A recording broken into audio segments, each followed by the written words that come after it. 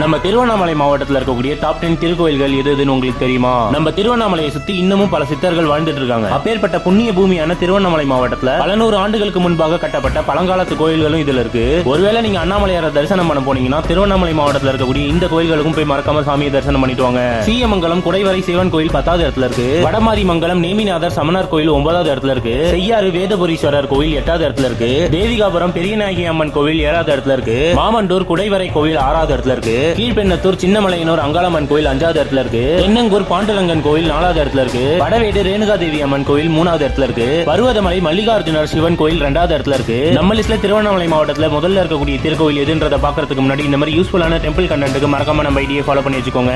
இந்த கோயிலை சுத்தி சித்தர்கள் இன்னமும் வாழ்ந்துட்டு இருக்கிறதாகவும், இந்த கோவில் மலையை சுற்றி 8 லிங்கங்கள் அமைந்திருக்கக்கூடிய கோயிலாகவும், பஞ்சபூத ஸ்தலங்கள்ல அக்னி ஸ்தலமா விளங்கக்கூடிய பௌர்ணமி, அமாவாசை, கார்த்திகை தீபத்துக்கு லட்சோப லட்சம் மக்கள் வரக்கூடிய திருவண்ணாமலை அண்ணாமலையார் திருக்கோயில் தான் முதல் இடத்துல இருக்குது.